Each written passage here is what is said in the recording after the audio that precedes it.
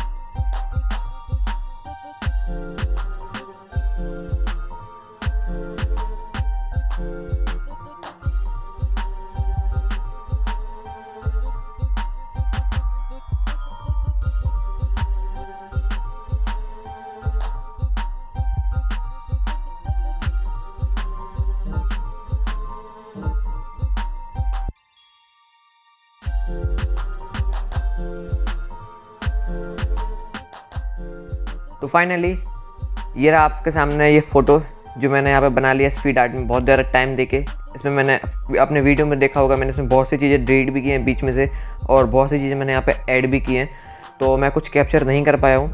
तो अगर कैसा लगा आपको ये फ़ोटो कमेंट में ज़रूर बताना। अगर आपको वीडियो पसंद आया तो वीडियो को लाइक करना।